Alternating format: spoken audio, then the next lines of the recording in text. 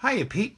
I have 1/3 of your Christmas present right here in my hands. This is the Lionel whistle tender, the 6466WX whistle tender. It's a great whistle tender, and thank you very much.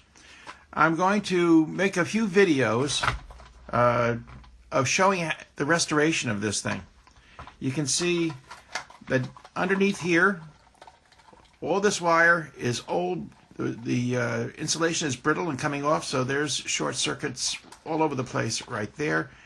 And what I'm going to do is take it apart, clean it up, restore it, replace wiring where necessary, and make repairs as indicated, and spiff it up generally. Like you can see, basically over half a century of accumulated grime up here on the metal railing in the after section of the tender. And okay, well, let's get started, and I'm going to first show you that underneath there are 4 screw holes. This one has 2 screws in it on the front. There's no screws on the back for some reason. Probably somebody lost them somewhere, but what I'm going to do is take off these 2 screws up in the front 2 corners, and then the shell should lift off. And then once we get that done, I'll show you how the whole thing operates, and then we'll get to the repairs. So it'll be a series of different videos so that I can email them to you. Okay? This one's done for now. Okay, this is video number 2 of the restoration of the 6466 whistle tender. I just took off the 2 screws off the corners here, and let's take a look at what's underneath. And what you have here, this is the first time I'm seeing it. This is the whistle right here. That's what it sounds like. And the wiring all here is broken and short-circuited, so you can see that that's why it doesn't work, because all the wires are, the insulation is broken and exposed. But this is a clever device. Obviously, if the whistle itself were hooked up to the electricity all the time, then the whistle would blow constantly while the train is running, and that's not what we're doing. We have control on the transformer that you move the lever or push the button depending upon the transformer, and the whistle then blows when you do that. So you have to have a device that allows the whistle to blow only when you want it to, and that's this relay right here. It's very clever. The power doesn't go to the whistle. The power goes to this relay, and what happens is that when power is applied to the relay, this coil here is an electromagnet, forces this flap up. See how that thing moves? That flap comes up and completes an electric circuit which gives power to the motor. And then the motor spins, and the spinning blows air through the chambers and makes that sound. And here's the impeller back here that spins around and around and makes that's where the whistle sound comes from. But this is the motor that has an armature that spins wildly, that the impeller is on the reverse side, and this is what makes the spinning motion that brings air into the chamber. Okay, so for now what I'm going to do is, well, everything looks pretty good here as far as mechanics are concerned. The wheels and the rollers are your main electrical connectors here. The rollers connect to the middle track. The Lionel tracks have 3 rails to them, as you can see. This rail, the middle rail, that's the hot one. That's the one that has the direct power to it. The outside rails are grounds to complete the electrical circuit. If you need good contact with the rails in order to complete the electrical circuit. So you need to have this thing cleaned up and clear so that it makes good metal-to-metal contact to conduct electricity from the rails through the wires to the roller pickups and then up into the whistle. Also, the outside wheels here that are on the outside rails, if they're crudded up like they are now, they can't ground. You won't have a good contact, and you'll have sparking and short circuits and intermittent service from the whistle. So what we have to do is we have to clean these wheels up, we have to clean the rollers up, we have to replace all the wiring entirely, I'll clean up new wiring up in here as well. This wiring here looks okay. That's the original wiring that's on there right there. This wire doesn't have to be disturbed. So it doesn't look like there's a whole lot to worry about here. Assuming that the relay here is in good shape with new wires, we can restore this whistle to a really great operating whistle in no time. Okay, on to the next step. Okay, this is the third video.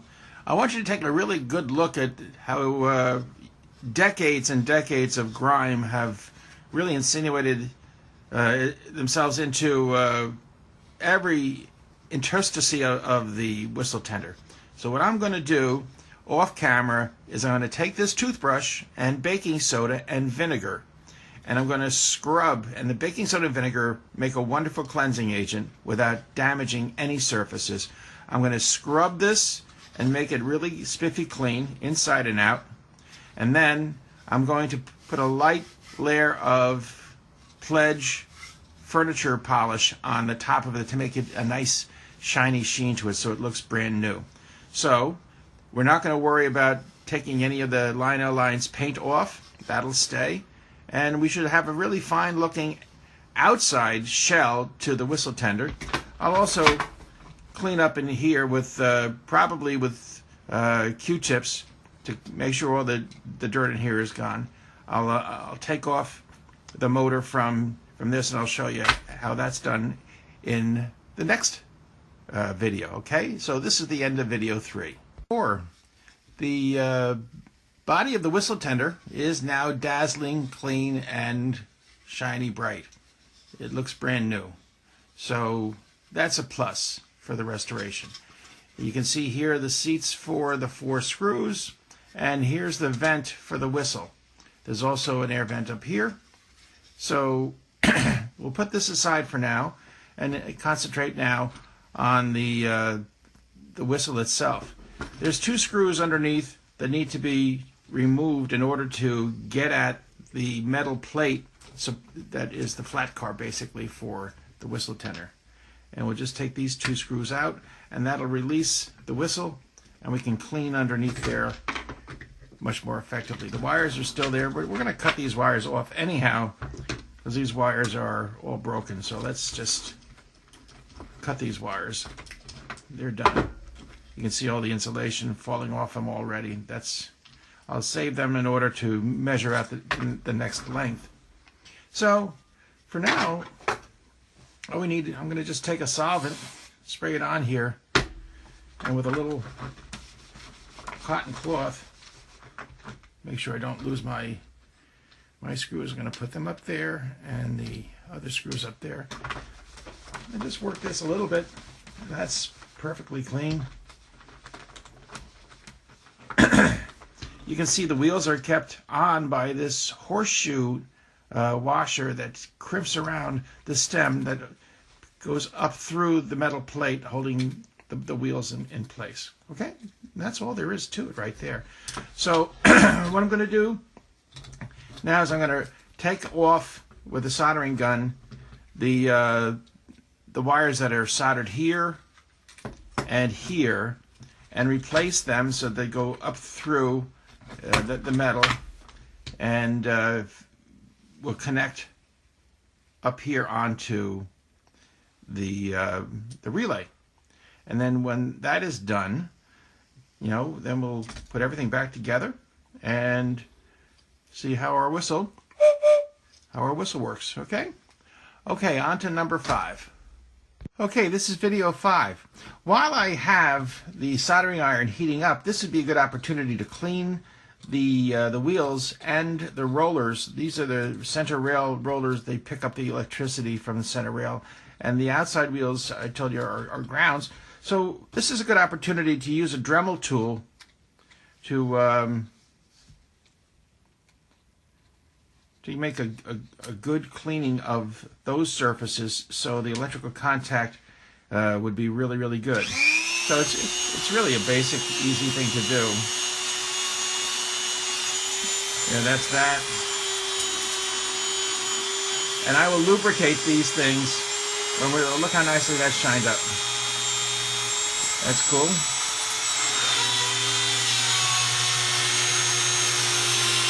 You also have to get into the flange where a lot of crud accumulates, because that can derail the car if you get filled up in there. Now look how shiny that is compared to the other.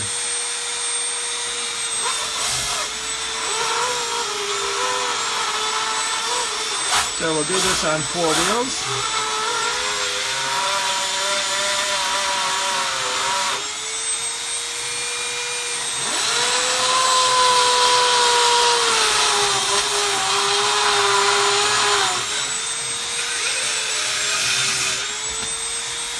Looking good.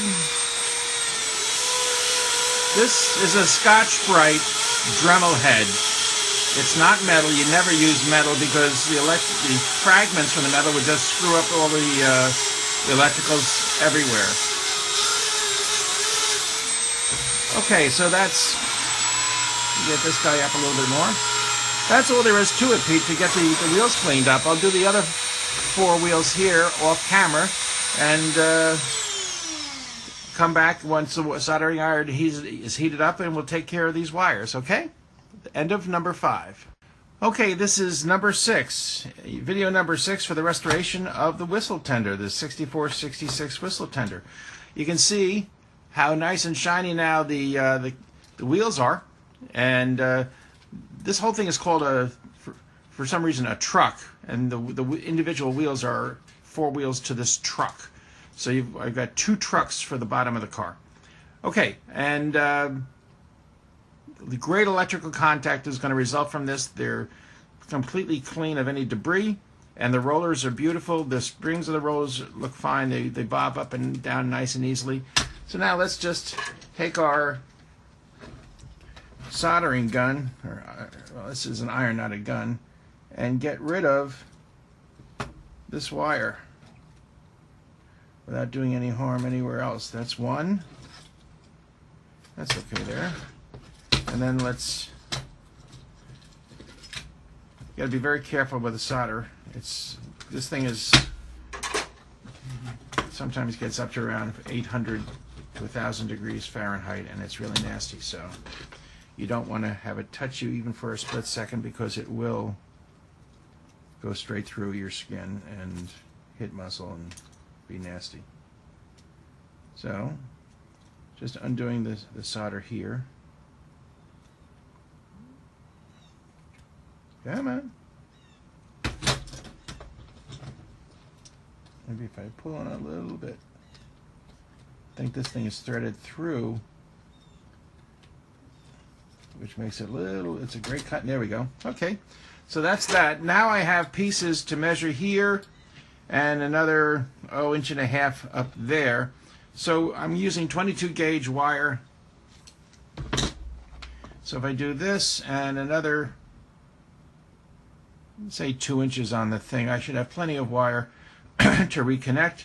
I'm going to do that twice. So what I'll do is I'll snip it with my wire cutters there and in the center. And now I have my 2 replacement wires. Now I still have to strip off the ends of the wires a little bit, not too much. So let's see if I can strip them here. It's one end.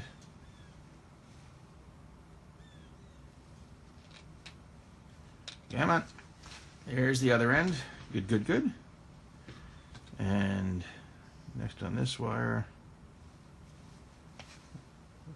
one end, and then a little bit on the other end so that we don't have too much exposed metal. Oh, that was blocked by the previous insulation. Let's get this back in. Okay, so that's done. So now I'm going to solder wire here and this wire there, and then we'll continue on from that point. End of number 6.